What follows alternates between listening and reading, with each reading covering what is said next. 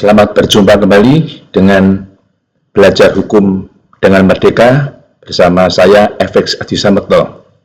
Pada perjumpaan hari ini kita akan membicarakan tentang dialektika filsafat ketatanegaraan dan hukum.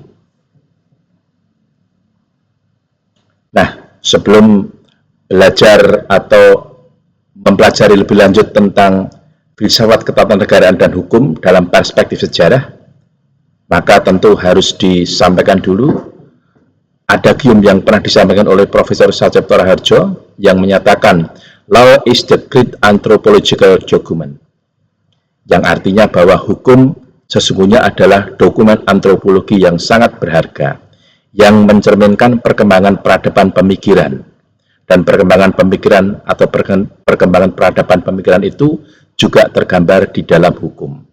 Dan kuliah kali ini memang berbicara tentang perkembangan atau dialektika perkembangan pemikiran ketatanegaraan yang berhubungan dengan hukum.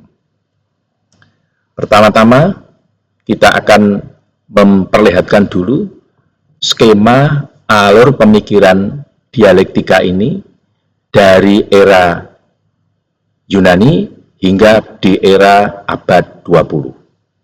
Pertama-tama kita membahas di awal adalah tentang legal naturalism. Legal naturalisme atau di bahasa Indonesia kan sebagai aliran pemikiran hukum yang bersumber pada hukum alam, menyatakan bahwa yang disebut hukum itu diyakini sebagai sesuatu yang memberikan keadilan yang sesungguhnya. Yang disebut hukum bersumber dari keilahian. Itulah legal naturalisme.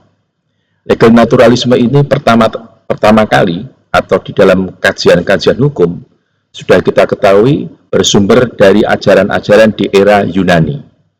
Era Yunani dipengaruhi banyak oleh pemikiran-pemikiran filsafat, terutama oleh Socrates, Plato, Aristoteles.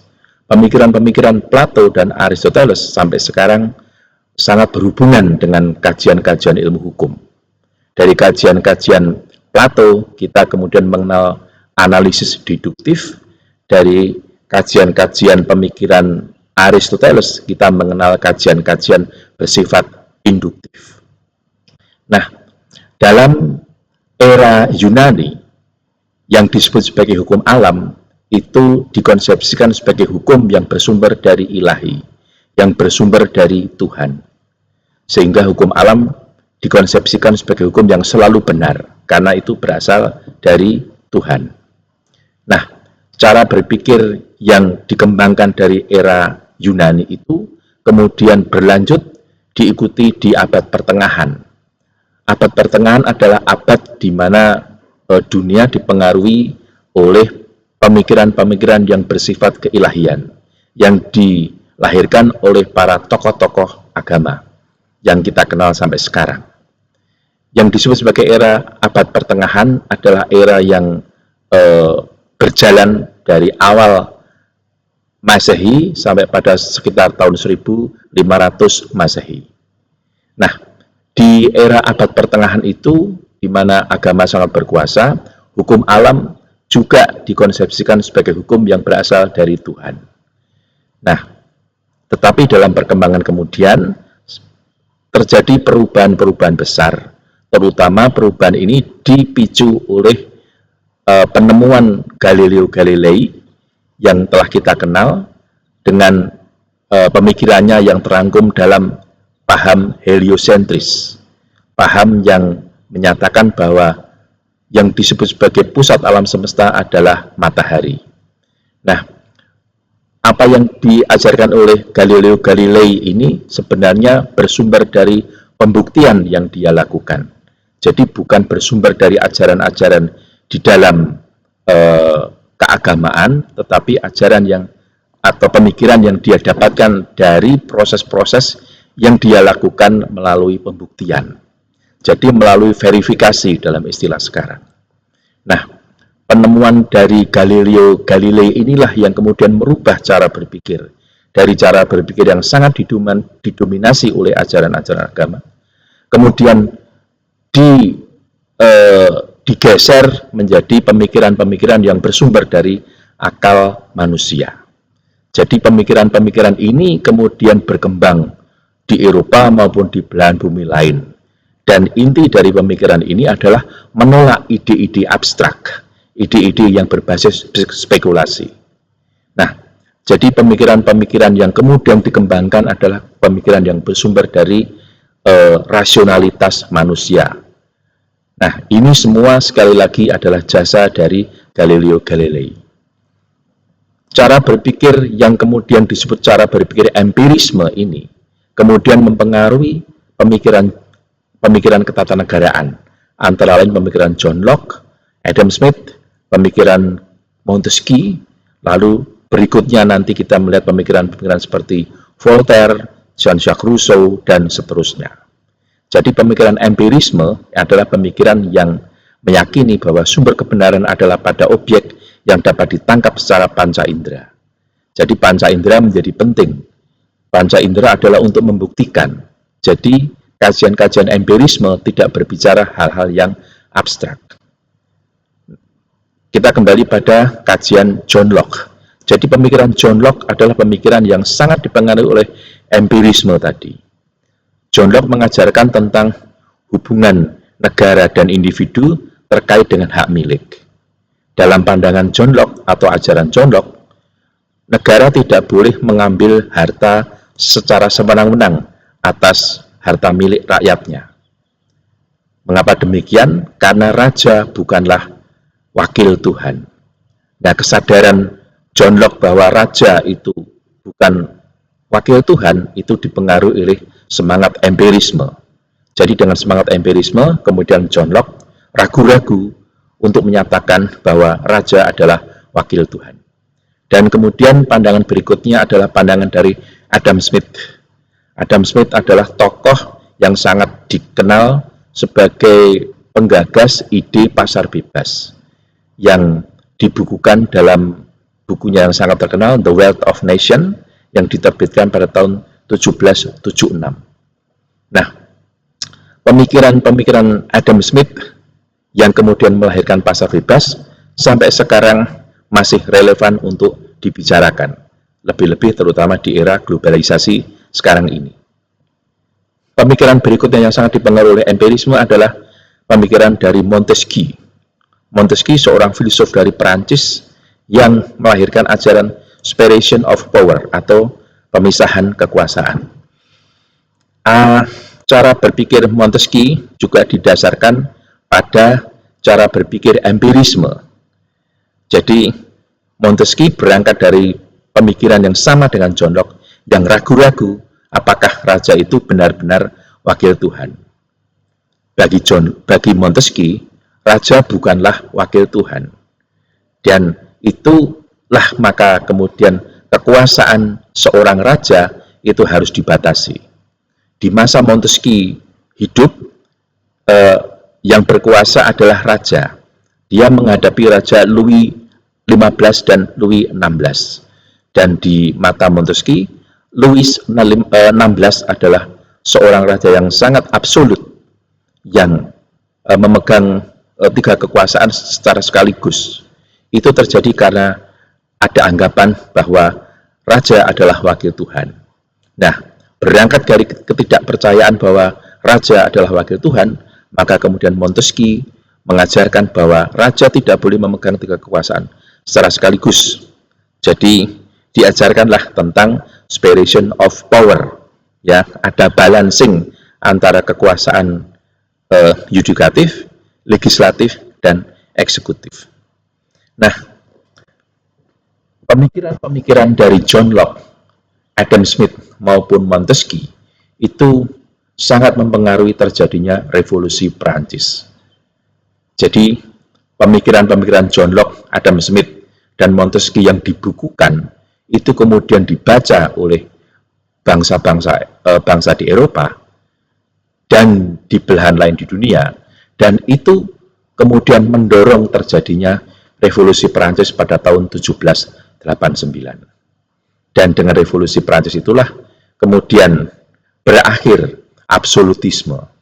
Selanjutnya, revolusi Perancis mengajarkan kepada kita tentang ajaran-ajaran di dalam ketatanegaraan yang masih dibicarakan sampai pada hari ini, yaitu terkait dengan separation of power atau pemisahan kekuasaan, demokrasi atau kedaulatan rakyat, demokrasi atau negara hukum, human right, kemudian kapitalisme, free market atau pasar bebas, dan modern legal system atau sistem hukum modern. Kelak kemudian pembahasan-pembahasan tentang hal-hal yang barusan tadi saya sebut, itu berhubungan dengan konsepsi negara penjaga malam. Lalu apa kaitannya dengan kajian-kajian hukum? Revolusi Prancis tahun 1789, sebagaimana tadi saya sebutkan, antara lain juga menghasilkan gagasan tentang the modern legal system atau sistem hukum modern.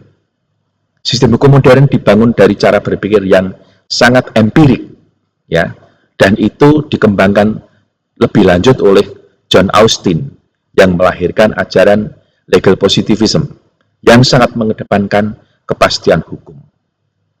Nah, kajian-kajian tentang John Austin dan legal positivism ini telah pernah kita bahas di dalam sesi tentang pengaruh positivisme terhadap hukum. Nah, selanjutnya kita mengenal bahwa sesudah terjadi revolusi Prancis pada tahun 1789, kemudian di Prancis pernah diperintah oleh seorang kaisar, yaitu Kaisar Napoleon. Peristiwa kekuasaan Napoleon ini sangat fenomenal karena di era Napoleon itu juga dihasilkan kodifikasi, ya, kodifikasi peraturan-peraturan hukum, yaitu peraturan hukum di bidang pidana, kode penal, peraturan di bidang perdata, kode sivil, dan peraturan di bidang hukum dagang atau kode komers. Ya, kajian-kajian kodifikasi itu atau pelaksanaan kodifikasi pernah dilaksanakan sekitar tahun 550-an Masehi semasa Kaisar Justinianus yang berkuasa di Romawi yang menghasilkan apa yang kita kenal dengan Corpus Juris Civilis. Jadi apa yang dilakukan oleh Napoleon ini juga merupakan hal yang sama pernah dilakukan dulu oleh Kaisar Justinianus. Nah, selanjutnya perkembangan berikutnya dari empirisme. Dari empirisme, cara berpikir yang tadi sudah saya katakan, yang meyakini bahwa kebenaran itu bersumber pada objek yang dilihat secara kasat mata atau bisa ditangkap oleh panca indera, itu kemudian mempengaruhi tumbuhnya legal positivisme dalam ajaran Austin yang sangat empirik. Jadi, dalam kajian-kajian Austin tidak dibicarakan tentang keadilan, karena soal keadilan adalah soal yang terkait dengan konsepsi yang sifatnya abstrak, bukan empirik. Tetapi kemudian dalam perkembangan selanjutnya, kajian-kajian atau ajaran-ajaran yang sifatnya positivis empirik ala Austin ini kemudian disempurnakan lebih lanjut oleh Hans Kelsen. Nah, kenapa demikian? Karena Hans Kelsen terpengaruh oleh cara berpikir yang bersifat rasional. Jadi dalam perkembangan selanjutnya, setelah revolusi Prancis menghasilkan cara berpikir yang positifis empirik, tetapi ternyata cara berpikir positif empirik itu juga tidak bisa menyelesaikan persoalan masyarakat secara total, maka kemudian ada respon terhadap cara berpikir positifis empirik ini. Dan koreksinya itu ada pada cara berpikir yang disebut cara berpikir rasionalis. Cara berpikir rasionalis ini adalah cara berpikir yang berangkat dari anggapan bahwa kebenaran itu bersumber dari pemikiran, kebenaran bersumber dari otak manusia, kebenaran bersumber dari nurani manusia. Jadi ini berbeda dengan cara berpikir empirik. Ya, kalau cara berpikir empirik sangat mengandalkan pada panca indera, tetapi cara berpikir rasionalisme adalah cara berpikir yang mengandalkan pada nurani dan akal manusia. Dan ini yang kemudian berkembang mempengaruhi pemikiran-pemikiran berikutnya. Salah satu pemikiran yang dipengaruhi oleh cara berpikir rasionalisme ini adalah Jean-Jacques Rousseau yang menyatakan no natural right, only contractual. Jadi kata-kata yang sangat singkat dari Rousseau ini ingin mengatakan bahwa sesungguhnya tidak ada yang namanya hak-hak yang bersifat alamiah. Yang ada, hak-hak itu diperjanjikan melalui kontraktual, melalui hal-hal yang bersifatnya kontraktual alias diperjanjikan. Nah, selanjutnya Rousseau juga mengajarkan terkait dengan cara berpikirnya yang rasionalis tadi adalah bahwa negara itu diperlukan semata-mata untuk menjamin kebebasan memang, tetapi jaminan tentang kebebasan itu terbatas dalam rangka untuk melindungi warga dan untuk memberikan kesejahteraan. Jadi kebebasan itu justru untuk menciptakan kesejahteraan dan keamanan. Dan ini menjadi kewajiban negara. Ini adalah pandangan dari Rousseau. Nah, selanjutnya, dalam perkembangan dialektika pemikiran ketatanegaraan, muncul filsuf dari Jerman. Ya, yang pertama adalah Georg Wilhelm Friedrich Hegel, atau sering disingkat Hegel. Cara pandang Hegel adalah cara pandang yang melahirkan dialektika materialis. Cara pandang ini mudahnya dideskripsikan sebagai berikut, bahwa dialektika pemikiran yang berkembang dari masa ke masa itu akan berakhir dengan terwujudnya kapitalisme, dengan terwujudnya pasar bebas, yang akan mewujud dalam hal-hal yang sifatnya sangat konkret, sangat materialis. Jadi kekayaan itu diukur dalam kekayaan yang sangat konkret, sangat materialis. Jadi sekali lagi, dalam ajaran dialektika materialis itu diajarkan oleh Hegel bahwa semua dialektika pemikiran ini akan berpuncak dan berakhir dengan pembuktian tentang kemenangan kapitalisme dan pasar bebas.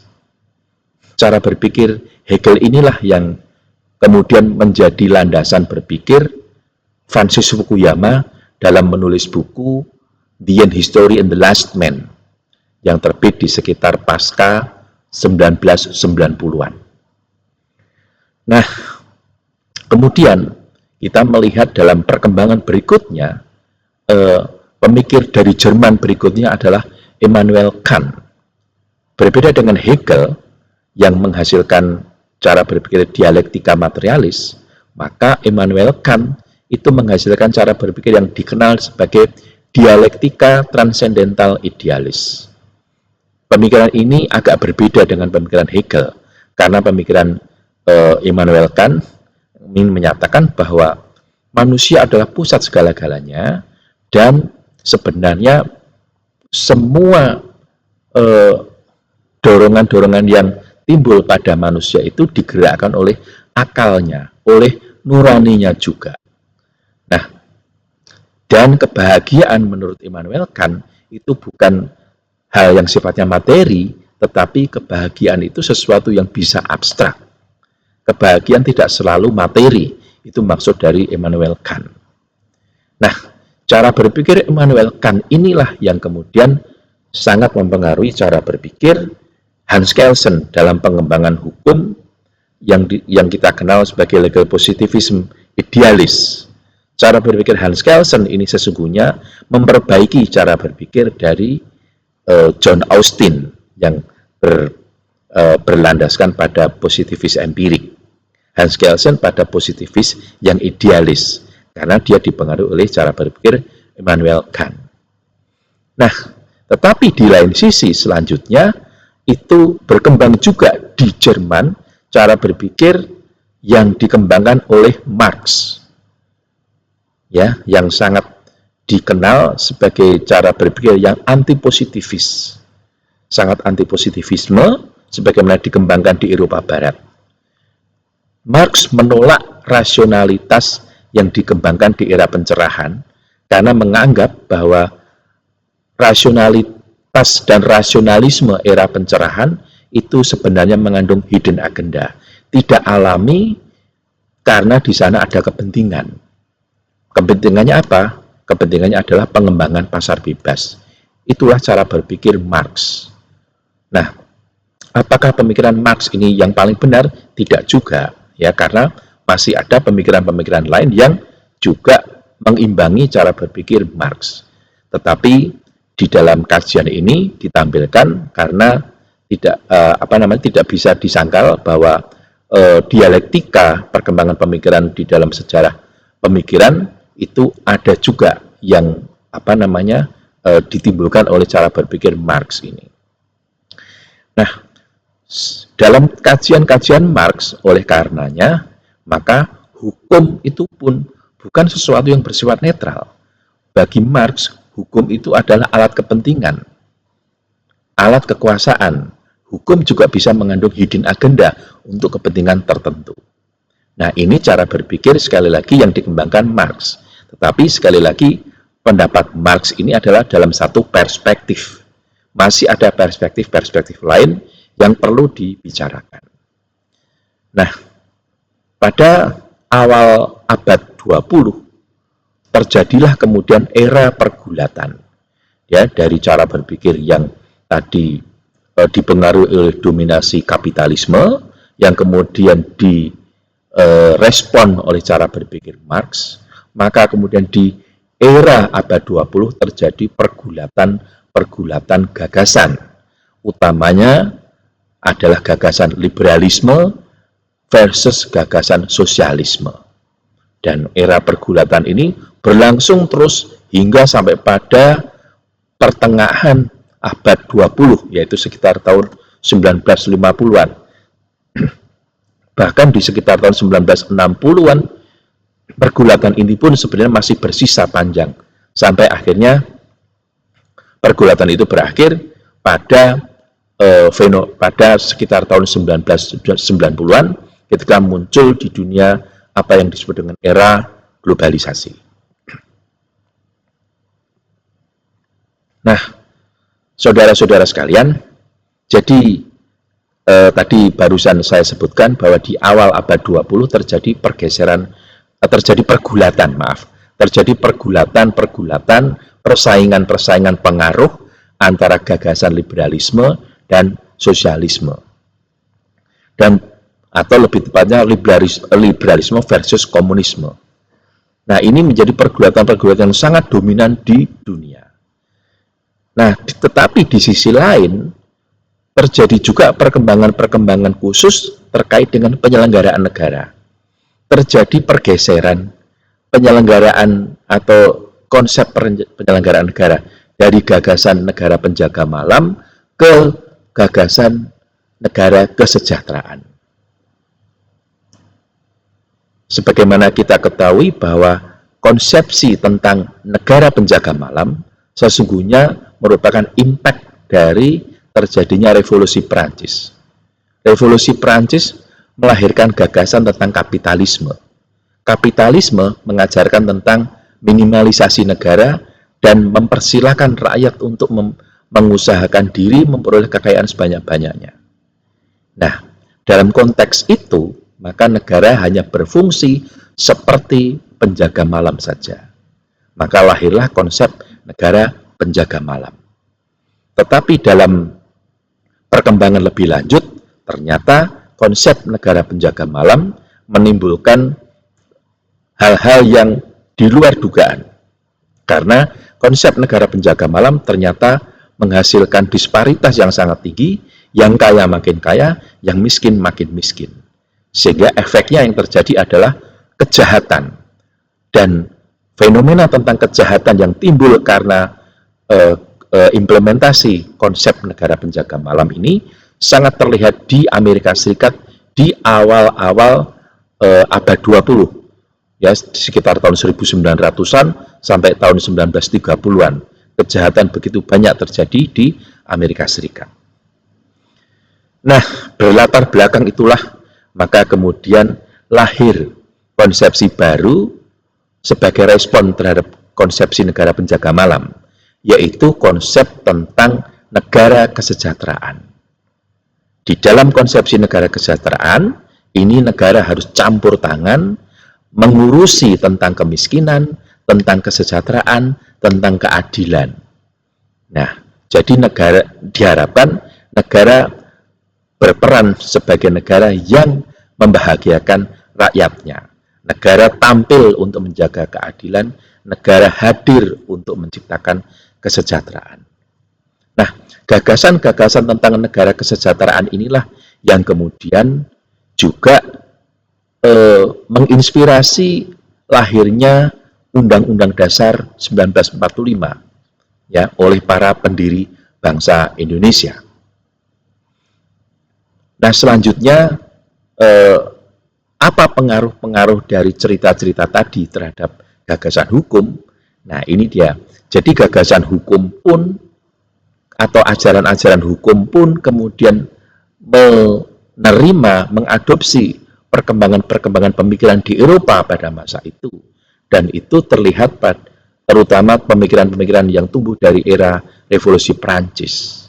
Itu sangat mempengaruhi cara berpikir Hans Kelsen dalam Stefan Bauer teori, dan telah kita sebutkan tadi, pemikiran Hans Kelsen adalah pemikiran yang setidaknya mengkoreksi cara berpikir John Austin. Dan ajaran Hans Kelsen ini yang sampai sekarang tetap eksis di dalam ajaran positivisme hukum dan sampai hari ini tetap diajarkan. Nah, ada hal lain yang perlu disampaikan dalam konteks ini adalah bahwa perkembangan-perkembangan dunia dan perkembangan hukum, terutama perkembangan pasca revolusi Prancis, itu juga mempengaruhi para pemikir pendiri bangsa Indonesia ini.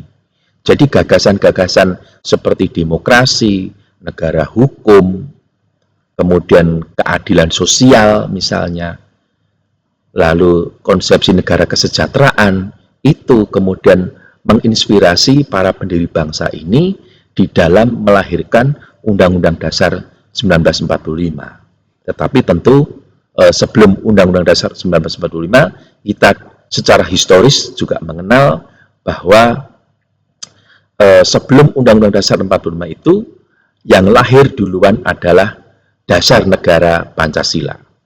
Kalau kita berbicara tentang dasar negara Pancasila, maka tidak bisa dilepaskan dari pidato Bung Karno pada tanggal 1 Juni 1945,